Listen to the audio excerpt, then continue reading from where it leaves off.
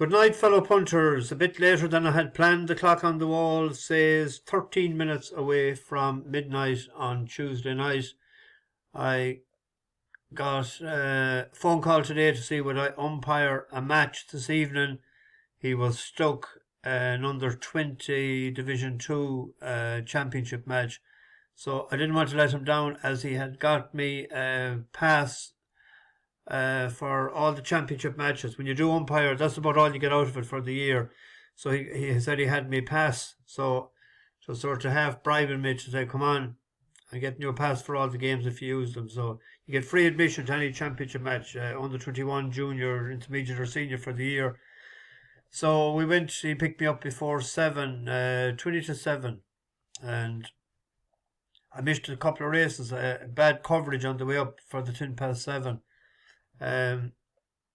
We had Ascot Adventure got mowed down towards the end. I thought that had win today. A bit in keen at the start, but I thought it might hang on. I was a bit disappointed the way it finished.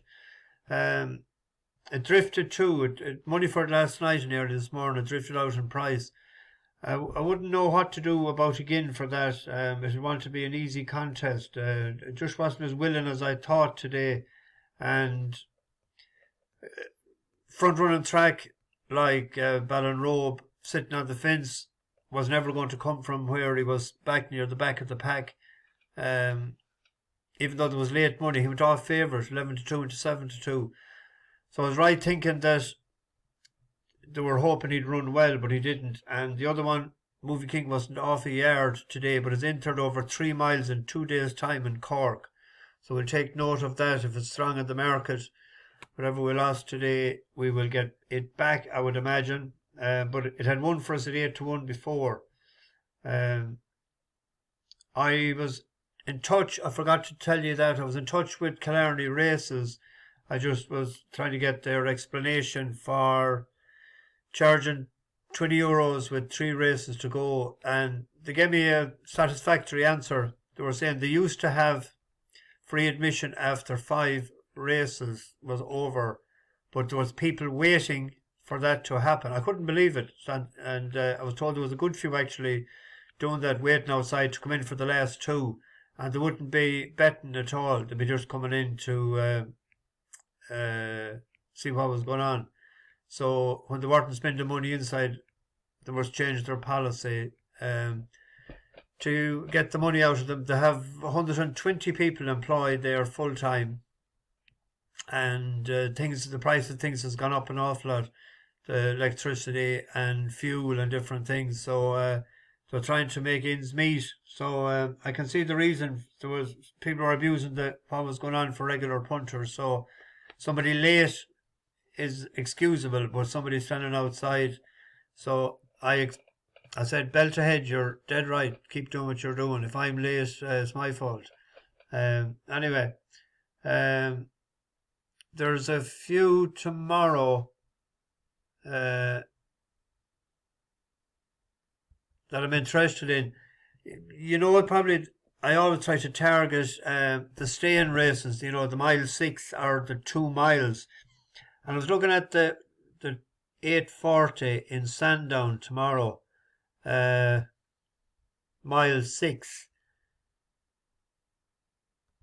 and I thought Neandra, second time at the trip, has a right good chance, I think.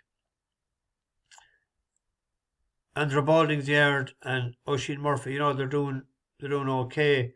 But if you look at this one's form, it won last January, that'd be January 2022, won a 10 furlong race to break its maiden in Lingfield.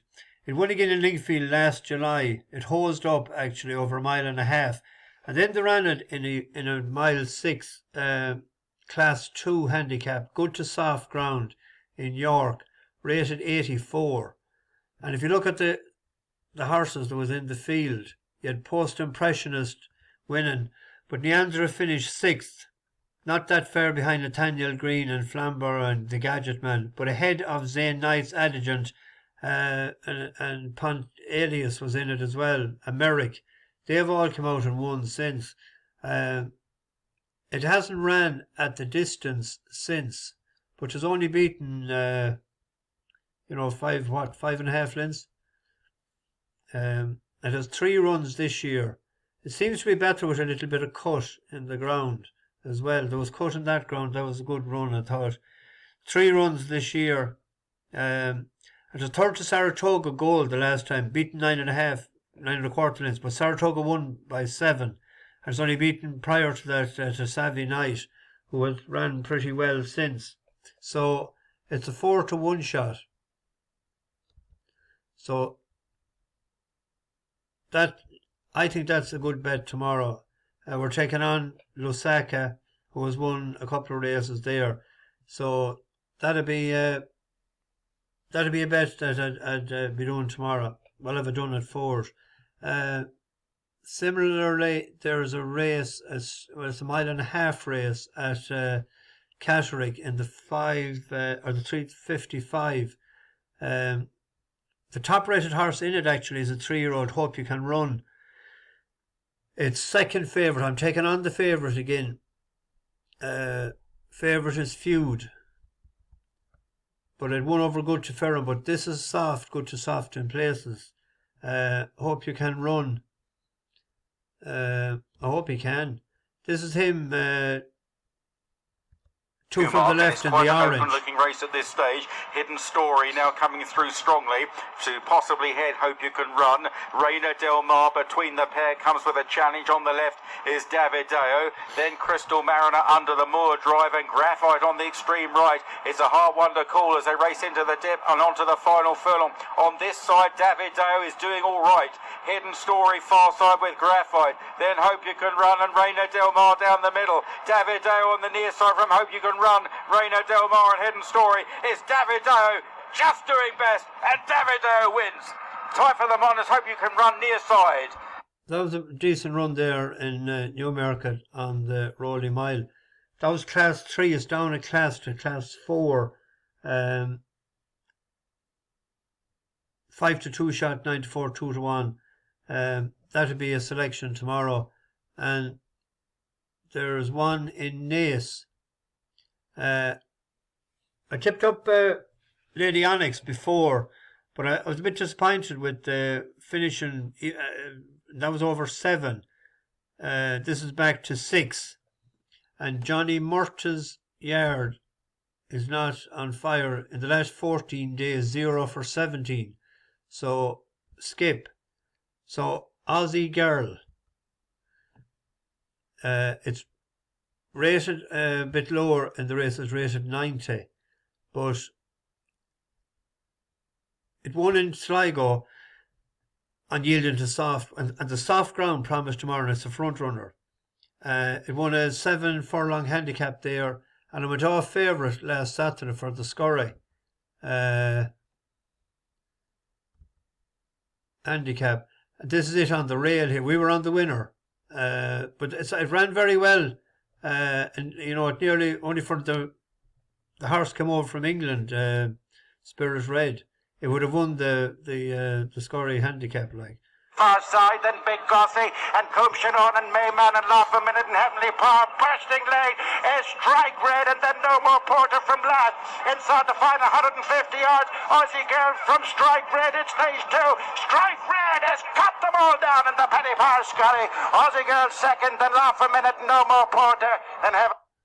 Don't you love watching races like that when you know you're back to nice winner? 12s into 7s.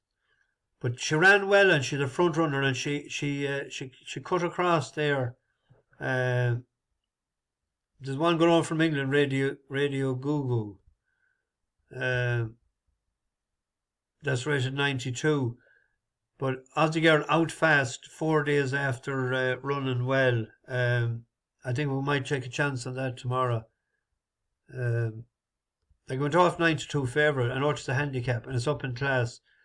But it's 7-2. She'll be out in front there tomorrow, 6 furlongs. So hopefully she'll have the pace to stay there. There's 2 in small each way double, 2 horses from the one stable. it's supposed to be raining. No matter where it was today, they're on about all this rain that's coming tomorrow. So hopefully, there's a lot of rain in Naas towards the end of the evening, and Facethepuckout. The more rain for him, the better. He done us a good turn last year. He hosed up, but he was he's 76 now. He was off 54 then. He hosed up, and then he won again 5 days later. He was odds against when we backed him, but he went off 8-11 and hosed up both times by 6 lengths. But he's ran pretty decent the last time on good ground both times, but he's better with cut in the ground. And O'Callaghan is going fairly well. He's a trainer alike. 3 for 8, 37.5% in the last 14 days. So if the rain comes, but they're paying, well, it's 3 places there, but 9 runners. The more rain, the better for him. And he has one running there. It's an interesting horse if money comes for him tomorrow. This is the first run. Sioux Princess. It's an 8-1 shot now, but if there was strong market support for that, it's only a 4-year-old. Just with Anthony McCann.